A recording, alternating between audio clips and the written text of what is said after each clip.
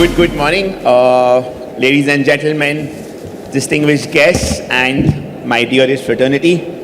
Welcome to the inaugural session of Restaurant India's Conference and Awards for 2025.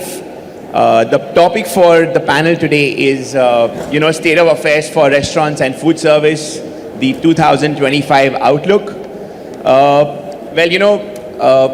If I have to look at it, the new India wants to not just eat, explore, evolve, but also demands, their flavor with that personality that they imbibe. I'm a strong believer of, you are what you eat, right? And I think the new India is bold, the new India is curious, and the new India has the hunger to grow, and the new India has the hunger to know. You want to know what goes into your food. Well, the panel for today, we have people from every aspect of the food service and restaurant sector. So it's going to be exciting because they're going to get different views coming in from different, different spheres that they represent in our sector. But, the food service and restaurant sector is not just serving meals today. We are, I would say, we are shaping cultures. We are, we are creating employment at large. We are driving innovation. We are building communities. And more importantly, we are designing the way India eats, right?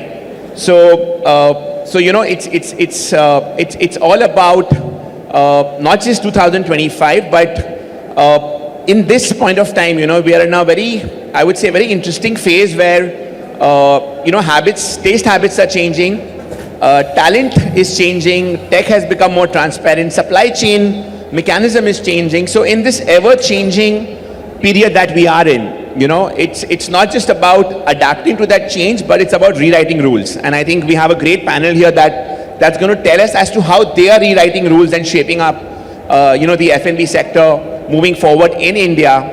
To set the context and set the tone, I'll move to my favorite, Chef Ranveer Brar, to begin with. Chef, like I said, food today is no more a cuisine, only. It's a culture, right? And people like you who are, multifaceted, you are an actor, you're an author, more than being a chef and a restaurateur, and so proud to, share the dais with you. But from your viewpoint, do you think chefs like you are like, in a way, representing or shaping culture in a more larger way today than, what it was earlier? With the advent of social media, with what you say, with how you say becomes the word of mouth, with how, with the digital first India, how things becomes trends and trends shape up and everyone wants to go out there and follow the trend. And there's this question that I always have in my mind, when, nothing against any cuisine or any product, but, when I look at a matcha, I'm like, what is a matcha, right? But, today I wonder whether many of us are having the matcha because of, from the mouth or from the phone. Is it more about the click or is it more about the bite? So how do you see this transformation happening and where do you think this is leading to? And people like you play a pivotal role here, right? So how do you see your role here in being an integral part of the sphere that we represent at the moment? So I think lots of questions in one, Sagar. But I see what is in the broader ecosystem. What is changing is back of the house is the new front of the house. Back of the pack is the new front of the pack, right? So everything that would normally not be would be put behind is now out there in front for two reasons. One, the audience of the consumer is well informed. The audience will not be dazzled by just what's on the front of the pack or the front of the house. They want to know more. The audience is curious, and that's leading itself in a lot of spaces. Chefs coming to the forefront is one of them, right? I come from a time when chefs in hotel lobbies and the general manager used to be like, "What's he doing here?" Right? You a chef in the restaurant just wouldn't make sense. To the time where a chef not in a restaurant doesn't make sense anymore. And I think that is more to do with the consumer wanting to know more, wanting to but discover more. That is one, as to why things have changed. In terms of how I see it going, there are different boxes that have opened up in the food sphere that did not exist. For us earlier, it was running a restaurant, managing the bottom line, and marketing was this line item in your expenses, right? To now, where sort of the marketing line item has at least 30 subheads, if not more. So I think overall, and all these subheads have a role to play. And I think what is happening is you're maturing as a market to understand that as the pie gets bigger, sometimes more pieces get added into the pie, and sometimes every part has a role to play. And we are still in a space of discovering, self-discovery. I don't think we as an industry we have answers yet.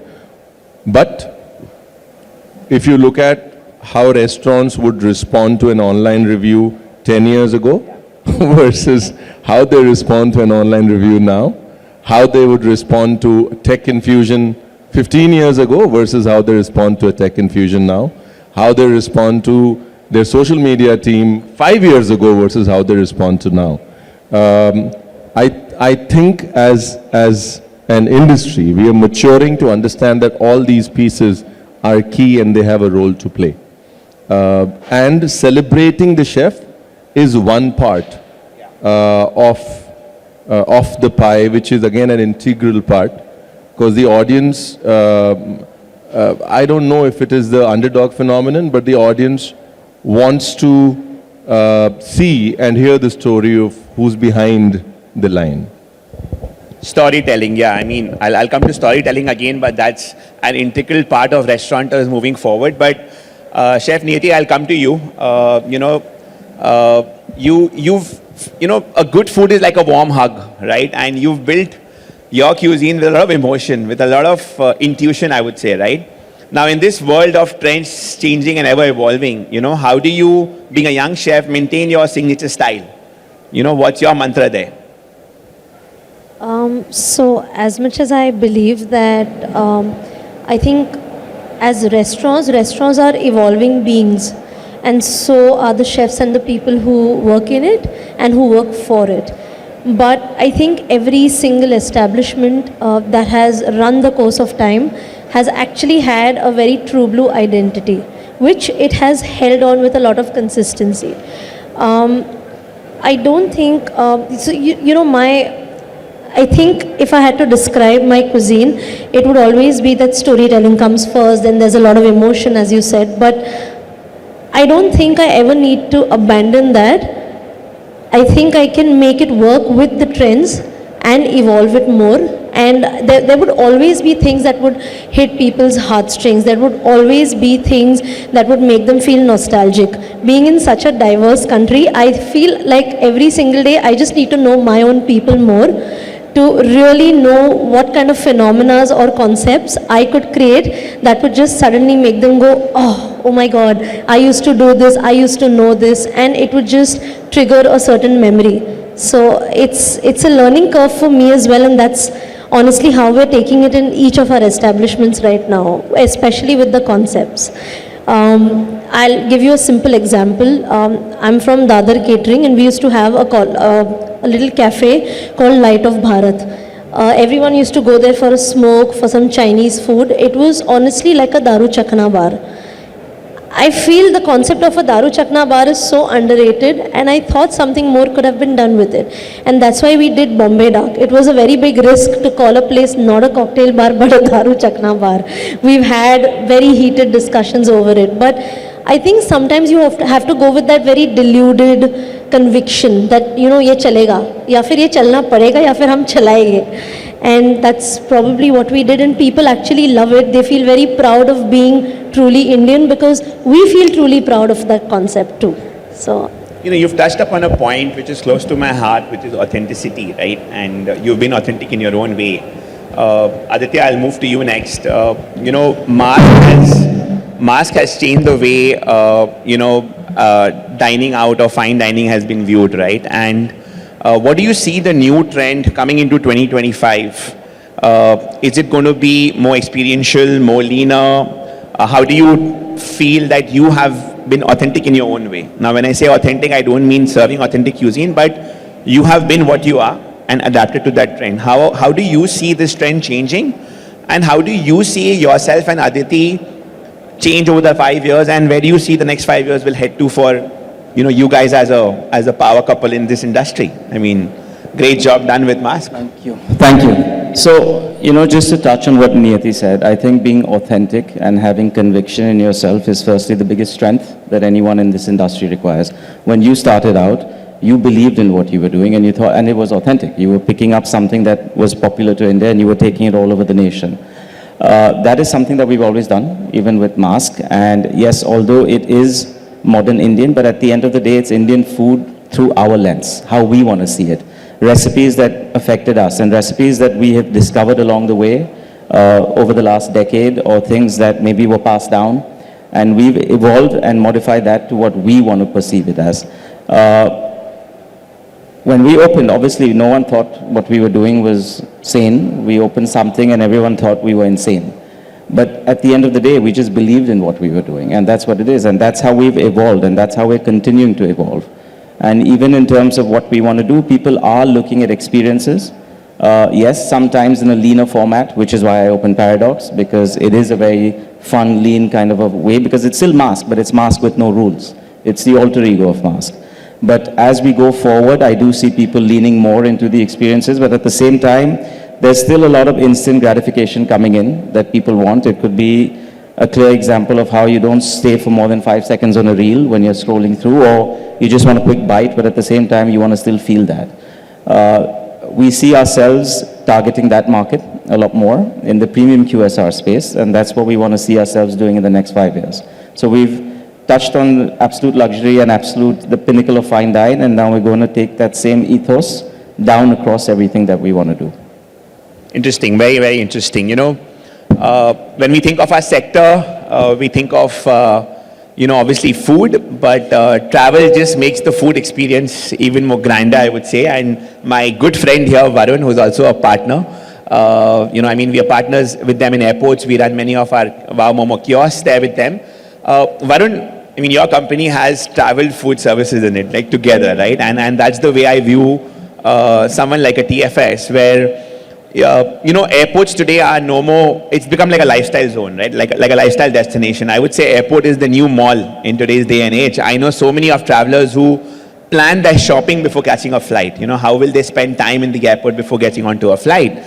And, how have you been able to maintain that balance between, being fast, because in airports, there's that thing that, you have to catch a flight, so you have to be fast, yet be experiential in the dining and offerings that you guys have done, because you guys have been a very pivotal part of the transformation of the way we look at airports today. And with the T2 in Bangalore and what you were mentioning about T2 in Bombay coming in, would love to hear your views on this, because you represent a very different sector, very different segment. It is captive, but how do you still keep it experiential? No, thanks, Sagar. No, it's been superb stuff I think we do together in airports then. Just I'll try to compress. We've been in airports for about 16 years now. So it's obviously where we are right now, it's a very different environment. People are spending, but it's been a lot of steps to get there. Today airports you see are, and maybe to throw some numbers out there, 400 million people in India flying through airports. Tremendous number. If you actually think of that number, up to 2015 and the 65 years before that, there were less than 250 million people flying. So it's more than double just in 1 year now than what's happened before 2014-15. It's almost a similar, that ratio. So the airports, the way it has been the growth, I think India's growing, right? And these are one of the areas where it's been kind of an apex of that growth, an apex of consumer spend, wanting to travel. And I remember when we started airports first, the initial thought was airports, simple food, unbranded, slowly started changing to branded. When I say branded, was your QSRs, all of that. That was a big step up. So airports were kind of never the main source of the consumer experience in F&B. But what has changed tremendously is the traveler is much more open. So the travel journey doesn't start when you reach your destination now. people are thinking of the travel journey starting when I'm leaving my house. So the car I book, so even in Uber, choosing your car, you get to the airport. Are you in the normal line? Are you in the priority line? How do you check in? You start thinking about that. Do I fast forward? When I'm traveling, I go to the lounge, the F&B experience. So people are wanting every facet of their life as an experience. So their travel journey plays a key part. I think the beauty of F&B is probably, I would say, is the most important part of that journey. If you get it right, the best part of a traveler's journey is a great meal. I truly believe that. The flight may be good, great, but you have a great meal. It just sets the tone for a great experience. So I think that's where today in airports we've been able to slowly elevate. I mean, the great stuff happening with Niyati. We're doing something superb in Navi Mumbai together, at the KMC. We are doing there and truly excited. It's coming out really well. I don't want to share too much. Probably when you fly through the airport, you'll see a beautiful store done by her and her team, working along with us. So there's amazing stuff happening at airports. I think it's getting elevated year on year. And I don't say, both on the high street, but even at airports, I think the ability to play experiment actually is much more. Because the consumer, sometimes you experiment and you're in one part of the city, very difficult for, how do you communicate that to a consumer, right? You're relying on social media and there are 100 or 200 restaurants communicating at the same time. You're in an airport, you be visible. You believe in something, you can still play it there. You can still try it there. And we see that work. Sometimes our lounges are a great place to try different things. I think it's actually becoming, and you're seeing that. You've done some super stuff with us, tight locations, we worked out multiple concepts. There's so much you can do in an airport. And I think it's going to be much more happening in that area over the next few years. I think we just at the start of it. And Varun, is it fair to say that, yes, the traveler is spoiled for choices in today, what it was 15 years back when this entire transformation chanced, but do you see the traveler being more demanding from the experience, or do you seeing them, or do you do a consumer dipstick before choosing what cuisines you want, how you want, bringing, your Gordon Ramsay into India, opening the first joint within an airport, starting PF Chang's, one of the first restaurants within an airport. Do you do consumer dipstick? Are these aspirational brands being asked by the traveler? Yeah, so actually, very much the case, Agar, and has to be the case. So consumer has to speak. That's the real message. So, for example, in our restaurants, in the airports, we are getting, because there's so many people, and people actually are there for higher dwell times, so you can actually extract feedback, sometimes more challenging in a high street restaurant. To actually go to a consumer, he's finished his meal, he wants to run out. In airport, he's still there, sitting, he's got a bit of time, normally he's traveling alone as well. So we get, across our real estate, we get almost 6,000 feedbacks a day. So there's a lot of input coming in. And part of that is a lot of brand input as well. So Gordon Ramsay was a name, for example, thrown out. So we opened the first one in Delhi, doing very well for us. We're opening a second one in Mumbai T2, that's going to come live soon. So getting those brands in, and more often than not, it does hit, it does work, when you see that. Yes, we do experiment, we try different things, sometimes it may not, but that's part of the journey. But more often than not, we're seeing the consumer in airports actually probably doing a bit more, experimenting a bit more, being a bit more open to do things. So I think surely there's much more will happen. There are a lot of things we're working on, trying to push the envelope probably a bit more these days. When you were, also from a history, when you're a bit smaller, you want to be safe. When you start going bigger, you can start playing a bit and trying a bit of things and letting things fail as well. But that's where the big successes come from. So I think that's the approach as well we have in travel as well. Let's try a bit more, let's experiment, let's do new brands, let's do new concepts, let's partner with the best chefs. You've got some of the best restaurants and chefs up here. Partner, do things, let's create something different, and let's see how it works for traveler. Maybe that's a microcosm of what can work on the high street tomorrow.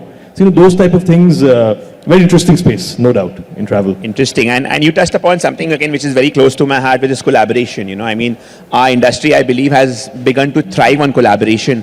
I'll move to Chef Ranveer Brar next. Chef, we spoke about international brands coming into India, right, and serving or catering to the Indian palate. You, of course, have taken Indian cuisine outside of India. And we are seeing many brands now move out of India and go global. And I always believe, at least when I started Wow Momo, that if Domino's can come from abroad to India, why can't we create an Indian brand that can go global? Now, when we go global, right, we're obviously representing the Indian culture, the Indian cuisine. But tell me from your experience and how is it? As in, are we trying to cater to Indians, or are we trying to build Indian food catering to everyone? The localites there. Say, for example, if I'm opening a restaurant in London, are we catering to just Indians, or are we catering to localites with that Indian flavor? And how are we trying to be different there? And what are the learnings here that is helping us to go there? So we've had restaurants outside of India since 2006 now.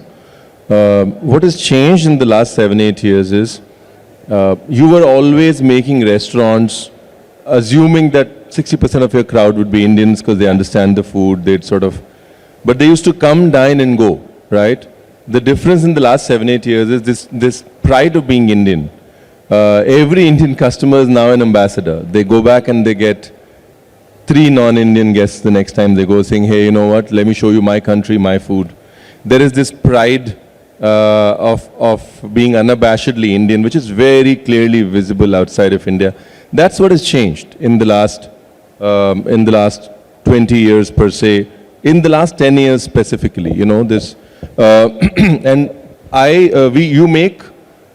and that gives you the confidence. See, when your consumer goes and becomes your ambassador, it gives you the confidence to keep doing what you're doing and not change a lot of things. Also, what has happened is, you know, for the longest, we were trying to project our cuisine with a hyphen, modern hyphen Indian, progressive hyphen Indian, you know, traditional hyphen Indian. Today, the world accepts you as Indian. And so you don't need to be hyphenated. It's just Indian cuisine. I think that's a big Proudly difference. Indian. Yeah. Yeah, that's a big difference in how we are projecting ourselves. There is no hyphenation anymore. The other bit that sort of has changed is people are accepting more than those 15 dishes that generally tend to get ordered at Indian restaurants outside of India, beyond your butter chickens and your naans and your paneer tikka masalas and your jalfrezis. The consumer is willing to experiment more because he's being cajoled by his Indian guests to say, why don't you try this? So a lot of restaurants now, at least in our restaurant, we don't do any modifications to food to suit, but we keep certain items that are traditionally non-spicy, that are traditionally, classically, authentically supposed to hit that palate, because the consumer is now willing to say, hey, you know what, okay, I can try that Kerala fish curry that you had. It's not spicy, it works for me as well. You don't need to make my Vindaloo mild anymore. I think that is another big difference that you're saying. You can be yourself, spread the palate across, increase the spectrum, and within that, within the broader idea of India that everybody is celebrating, you can make a broader spectrum of people really happy. Niyati, you know, when I think of Indian flavors, you know, I think of khatta, meetha, tikha, namkeen, right? And the flavors are also changing and evolving, right? I mean, the base is the same, but it's evolving.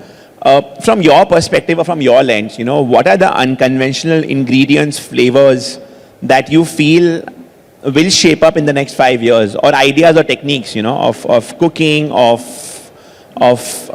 you know, representing a meal from your perspective, from your lens? So I think it's already happening, number one. You know, people are going back to all of the old data that we haven't accessed in like 100 of years.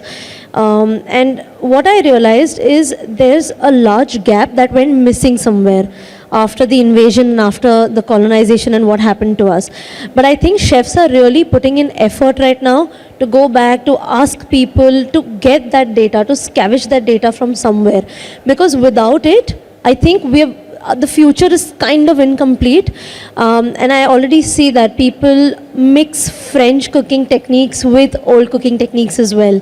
I don't think we need to conform to what we've been taught in college or what people think is the right direction to learn the culinary arts anymore.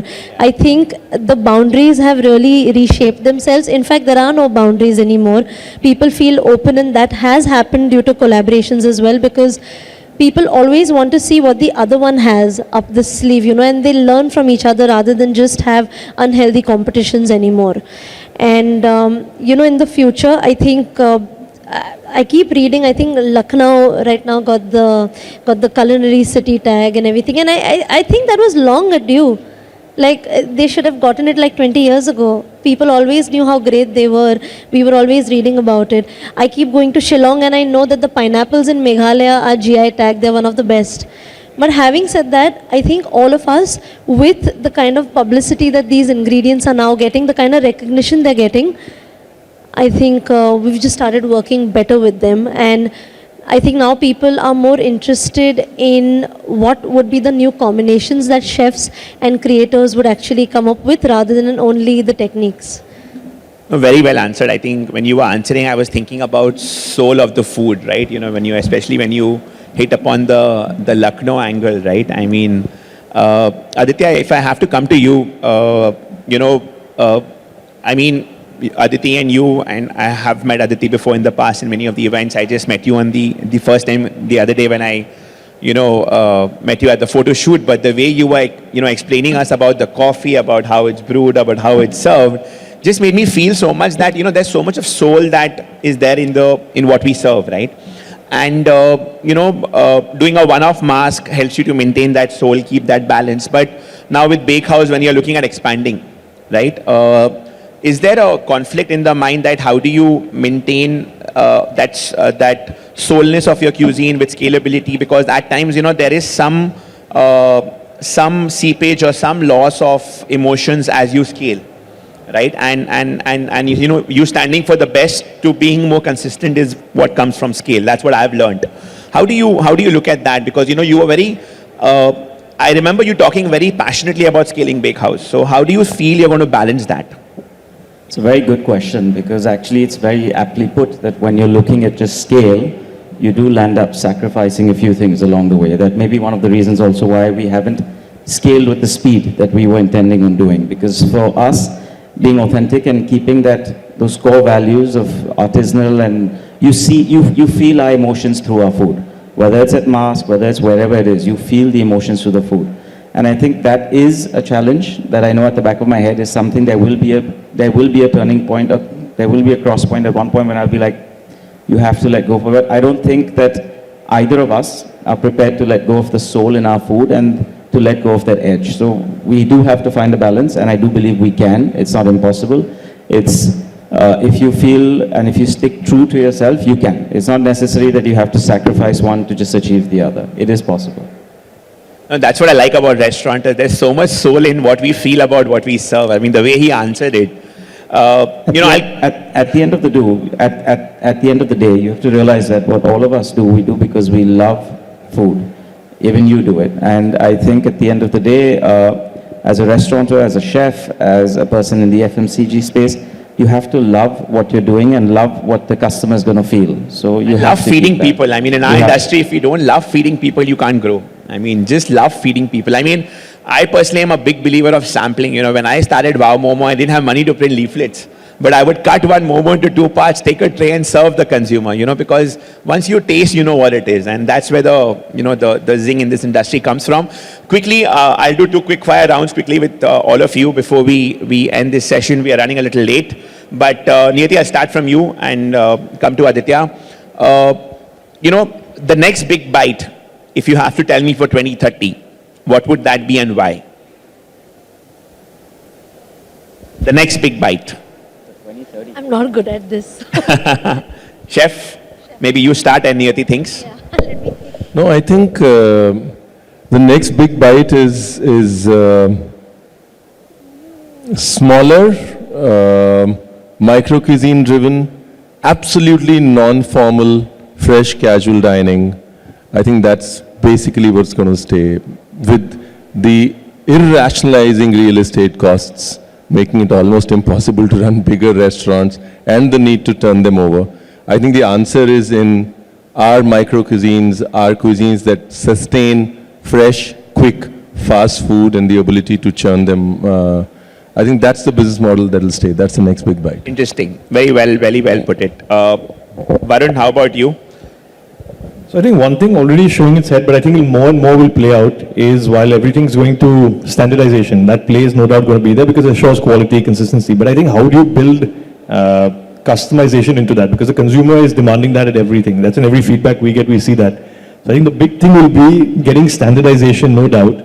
But how do you eventually make the end product customized? Just building that bridge between that in terms of process, production, but also just an actual perspective of getting that feedback and where in the process do you build in that piece. So every consumer experience is made what they like. So I think that is going to be a bit of, at least what, I think that's going to be a play we need to get right as a production process, consumer experience, that whole bridge. Lots to learn and unlearn here. Yeah, a bit, right? yeah, that's a Yeah, good way. Yeah.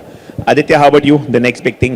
I think to add to what Chef said, besides just being here, the regional, local, the premium QSR, I see a big explosion of regional cuisine worldwide, of regional Indian cuisine. And we're seeing that with places like Sema, or we're seeing that with places in London. You're seeing that happening, and you're seeing the consumers wanting that. And you see a lot of it, people also traveling into India are experiencing more than just the fine dine establishments. Like even when we bring people, we're taking them to the smallest of places in India to really sample what the heart of India is, what the soul of it is. And I see that in the next 5 to 10 years also going out of India a lot. Interesting. Niyati, could you think of something? Yeah, I think apart from Indian cuisine, very true blue, authentic international cuisines really making their way to India. Like next time when people say Italian, it would be very regional Italian. Like people would say, this is a Sicilian restaurant. I think it's already happening. People are serving their grandmother's recipe of tiramisu and everything in Bandra itself. And I think that's going to happen a lot more with Ukrainian food, whether it's Russian food, even Japanese food. Indian chefs are anyways doing a great job in putting their interpretations to it, but I think we'll see a lot of influx of international chefs coming in and doing what Indians never knew was what the cuisine was supposed to be in the first The other day I place. was dining at Trident's Italian restaurant. I can't recall the name, and that's, what is it called? Vapiano, yeah. So, the cuisine had no pizza, Italian, and we thought Italian starts with pizza, right? So you see the evolution, right? And there's so much to Italian food. No pizza, no panini, but there's so much more to it, right? And the way the risottos and the way your pastas are portrayed, it was mind-boggling, even the desserts. But Chef, again, I'll give Niyati more time to think for the next rapid fire, and I'll start with you. I think one thing that we need to add, and that's for the audience, that in 2030, one thing that you will not be able to avoid is responsibility. Environmental responsibility and ecological responsibility. Sustainability. Sustainable, if you're not sustainable in terms of your impact on the environment, you'd not be able to survive. Specifically if you are a food-driven business, because like I said, it's a soul-first business. Yes. And you cannot have a soul if you're completely oblivious to the planet. That is something that's everything's going to be built on that. Yesterday I was sitting with the head of Indian Oil, the non-fuel department, and one intriguing idea that came into my mind, and I very openly shared it with them, was like Chef spoke about sustainability. We operate in malls, in food courts, and every week there is the drainage block in a mall, and that happens because the oil has been put into the drain, right? So like we have dustbins, can we have an equipment which can store oil and carry that that used oil and given back to Indian Oil as a program? And it just felt that such changes need to happen. I think we all need to play that part in bringing about these changes, because like Chef said, we stand for responsibility. R for restaurant, R for responsibility, and it has to start from us, go to you, and then together we make this happen. But yeah, sustainability by 2030 is all our responsibility.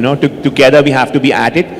Chef, coming to the last one, honestly, I had thought of asking you this as part of our chat when we thought we'd meet before, but I can't keep AI out of our panel, right? I mean, there's so much talk happening about AI, and for me today, it's no more artificial intelligence, it's adequate intelligence, right? And someone like you, how do you, keep that balance between your own gut feel, your own creativity with inputs coming from AI? And if you had to choose between AI and your own gut, what would you do and why? And this is for each one of you.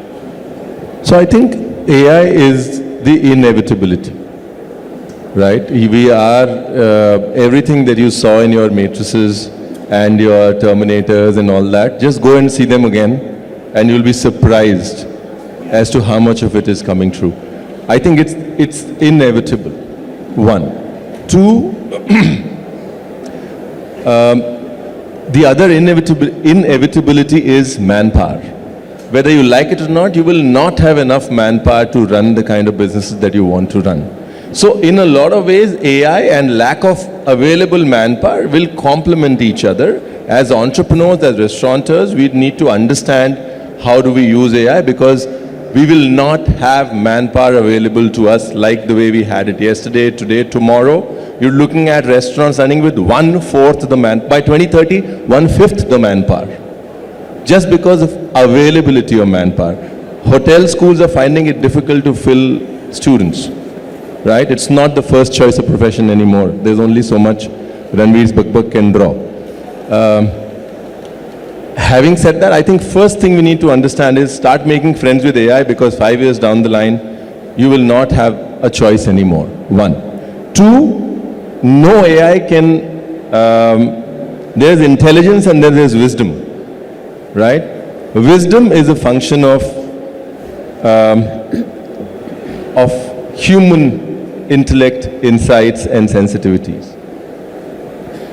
Intelligence is a function of collection of facts and everything that is available to you. Decision making and all groundbreaking choices have not just come by intelligence, they've come by wisdom. The wisdom, as long as we are confident, is still with us, and we are wise enough to use the resources that is available and take the right decisions. That is the way forward. There is nothing, for me, it's not contradictory, not right now. We're not in the matrix, fortunately. But I think we always have to keep we always have to remember that the choice of deciding is with us. And I use AI more than, between ChatGPT and Perplexity, I use it more than 4 hours a day now, right? But I get to decide what I want to use it for. I get to decide what do I want, what do I do with the information. It's my wisdom that decides the course of action. We shouldn't lose that power, especially because we are in the business of intangible. Food is a business of intangible. It stems from what you can't sense. If it was to stem from pure tangibility and business sense, a lot of businesses would never even start. Mask wouldn't start if they were to just say, let's look at the P&L and, okay, It starts with your gut, it starts with your wisdom, and always, the gut and the wisdom is always going to drive our business. I completely believe in that. But I also believe in the inevitability of AI in the coming years.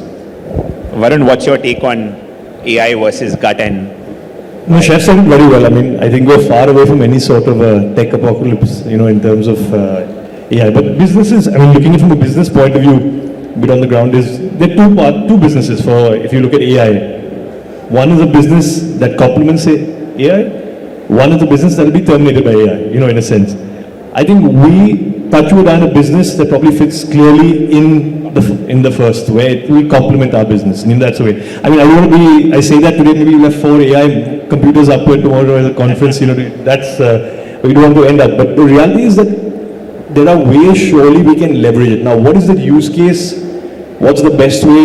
Is it in terms of recipe advice? Is it in terms of collating consumer experience? What is that? I think we as an industry still need to get there.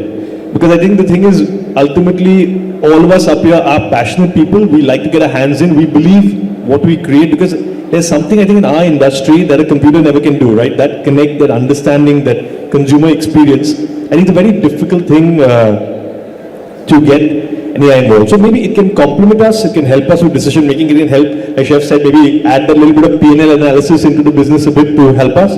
But I think the business, the core of what we do will always remain people driven. I think that's the nature of our business, and that's the way at least I see it for at least the foreseeable future, if I can understand what technology does today, if I can put it that way.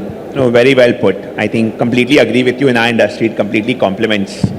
Aditya, how about you? AI or gut, or why?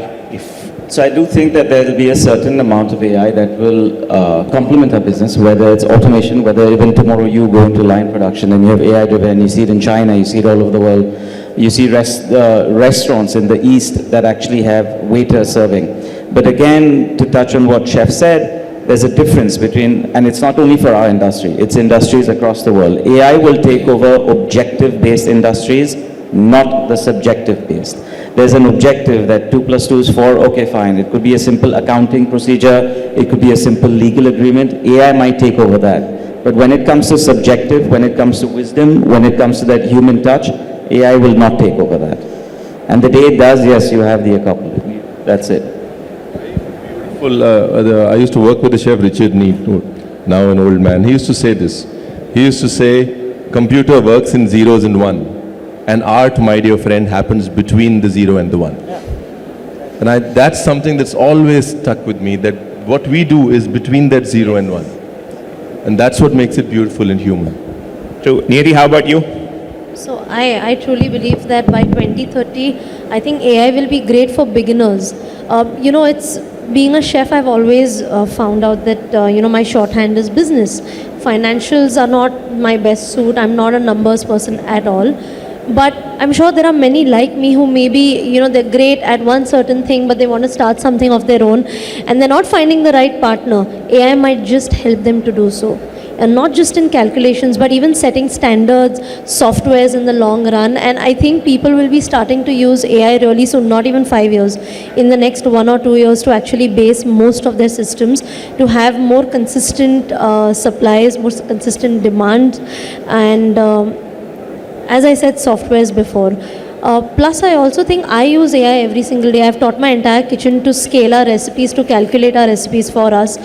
Before it was us and that Excel sheet, and chefs don't do very well in front of the laptop. I think that's the universal truth. But we use it, but it can't feel for us. We can create something that people can truly remember and come back for and hold their memory against. But AI can help us put it in a very, very systematized way, I feel. No, I completely agree with what most of you have to say. Rather, what Chef Ranveer Bra said, that, become friends with AI. Once you start doing that, ask AI one question, tell me one good thing about me, and put it to deep search mode and see the kind of answers you'll get. It's phenomenal. I think this panel, the Indian palate is ever evolving. It's not just the way we eat differently, but the way we talk food differently, we think differently, it's evolving, and that's what I think the panelists have really showcased, been candid and expressed themselves. Thank you so much, everyone. I think we've had a great